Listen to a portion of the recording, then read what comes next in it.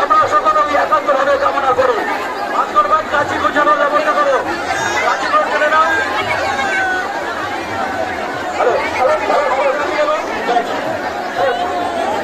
এবারে একে একে সমস্ত বিশ্ব জগন্নাথ ভগবান সুভদ্রাদেব তার নির্দিষ্ট গন্তব্যে অশীকারীতে চলে এসছেন।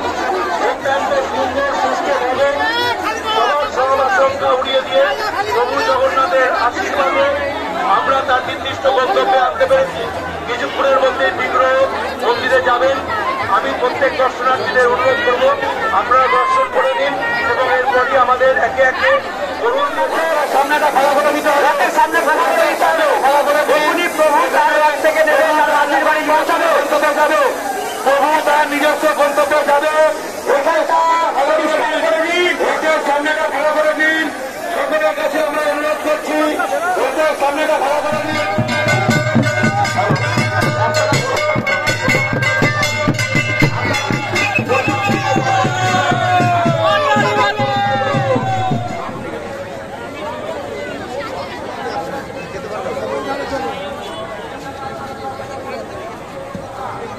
ওই লাইনে ঢুকতে নাহলে হবে না।